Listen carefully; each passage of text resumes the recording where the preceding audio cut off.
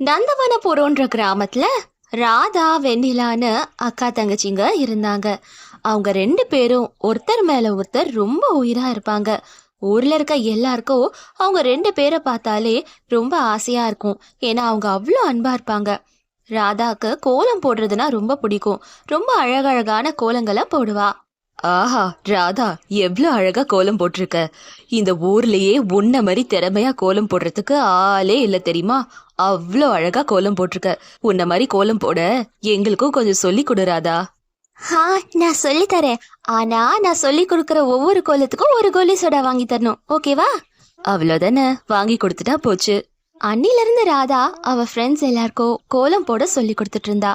ஒரு நாளைக்கு ராதாவோட ஃப்ரெண்ட் அவகிட்ட வந்து, ராதா ராதா, பொங்கல் பண்டிகையில கோல போட்டி வைக்கிறாங்களே, அதுல ஜெயிக்கிறவங்களுக்கு இந்த தடவை சைக்கிள் பரிசா தராங்களாம். கேட்ட உடனே உன்கிட்ட வந்து சொல்ல வந்த. அப்பனா இந்த தடவை பொங்கலுக்கு வர கோல போட்டியில நம்ம ராதா தான் ஜெயிக்க போறா. ஏன்னா அவதான் நல்ல கோலம் போடுவாளே. அது வேற இல்லாம போன வருஷமும் அவதான் ஜெயிச்சா. எனக்கு முழு நம்பிக்கை இருக்கு ராதா உன் மேல. ஹே, அந்த மாதிரிலாம் எதுவும் இல்ல. நமக்கு என்ன தெரியும் சொல்லு. ஒருவேளை இந்த தடவை வேற யாராவது கூட ஜெயிக்கலாம். ஆஹா, உன்னை மிஞ்சி யாராவது கோலம் போட போறாங்களா என்ன? அதெல்லாம் எதுவும் இல்ல. இந்த கோல போட்டியில நீ தான் ஜெயிக்க போற. சைக்கிளை கண்டிப்பா ஜெயிச்சுட்டு வருவ பாரு அப்படின்னு அவ ஃப்ரெண்ட்ஸ் எல்லாரும் ராதா கிட்ட சொன்னாங்க. ராதாவோட தங்கச்சி வெண்ணிலா ஒரு காலி கிரவுண்ட்ல காத்தாடியை பறக்க வச்சுட்டு விளையாடிக்கிட்டு இருந்தா. அவளோட காத்தாடியை வச்சு இன்னொருத்தவங்களோட காத்தாடிய தோக்கடிச்சா. அப்ப அவ சந்தோஷமா, ஹாய், இங்க பாத்தியா, நான் அவங்களே தோக்கடிச்சிட்டு என்னோட காத்தாடி தான் ஜெயிச்சிச்சு.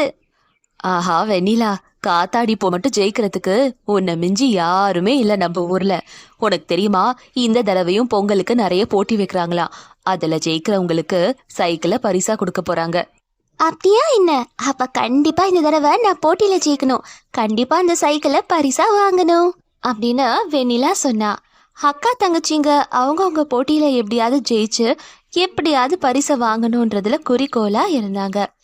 ராதா வெண்ணிலாக்கு ஸ்வாதின்னு இன்னொன்னு பொண்ணு ஃப்ரெண்ட் இருந்தா.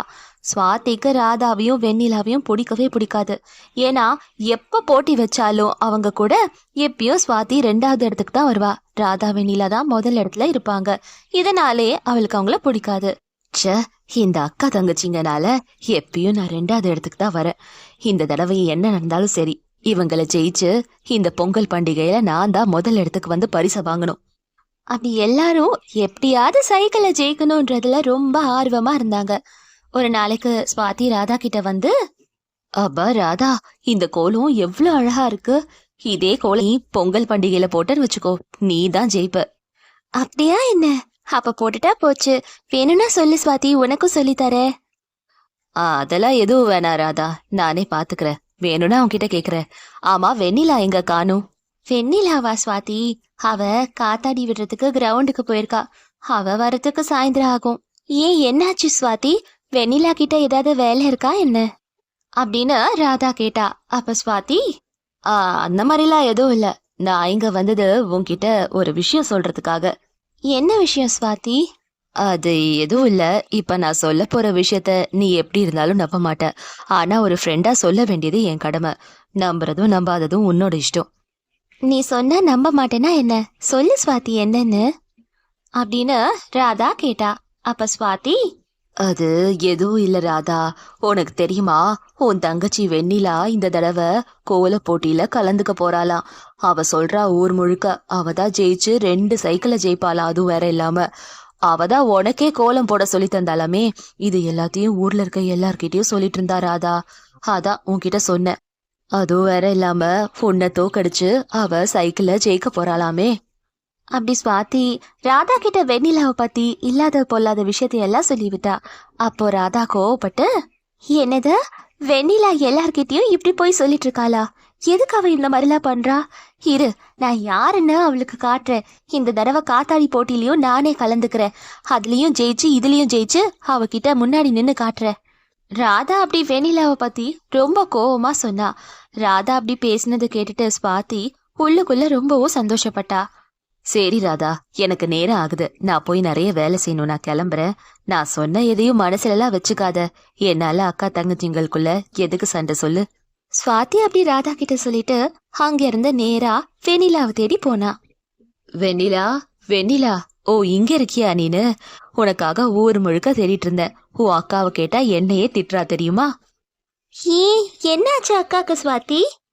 அது என்னவோ வெண்ணிலா, உங்க அக்கா கிட்ட கேட்டதுக்கு என் மேல கோவப்பட்டா.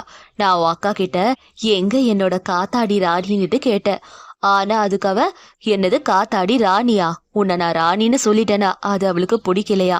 இந்த தடவை பொங்கலுக்கு உங்க அக்காவும் காத்தாடி போட்டியில கலந்துக்க போறாளாம். அவதான் உனக்கே காத்தாடி விட சொல்லி தந்தாலாமே. உன்னை தோக்கடிச்சு அவ ஜெயிக்க போறாளாம். உன்கிட்ட சொல்லணும்னு தோணுச்சு. என்னது, என் அக்கா அப்படியா சொன்னா? அவளுக்கு என் மேல அவ்வளோ கோவம் இருக்கா? அவ்வளோ கெட்ட எண்ணமா அவளுக்கு? இரு, இந்த தடவை பொங்கல் போட்டியில நான் கோல போட்டிலயும் கலந்துக்கிறேன், காத்தாடி போட்டிலயும் ஜெயிக்கிறேன். ரெண்டுத்துலயும் ஜெயிச்சு நான் தான் பரிசு வாங்குவேன் அப்படின்னு சவால் விட்டா வெண்ணிலா. கொஞ்ச நாட்கள் கழிச்சு பொங்கல் பண்டிகை வந்தது. அக்கா தங்கச்சி 2 பேருமே கோல போட்டி காத்தாடி போட்டின்னு 2 போட்டியிலயும் கலந்துக்கிட்டாங்க. ஆனா 2 போட்டியிலயும் கலந்துக்கிட்டதுனால எதையுமே சரியா உருப்படியா பண்ண முடியல. இதனால ஸ்வாதி முதல் பரிசு ஜெயிச்சா. அக்கா தங்கச்சி ஸ்வாதி கிட்ட தோத்து போயிட்டாங்க.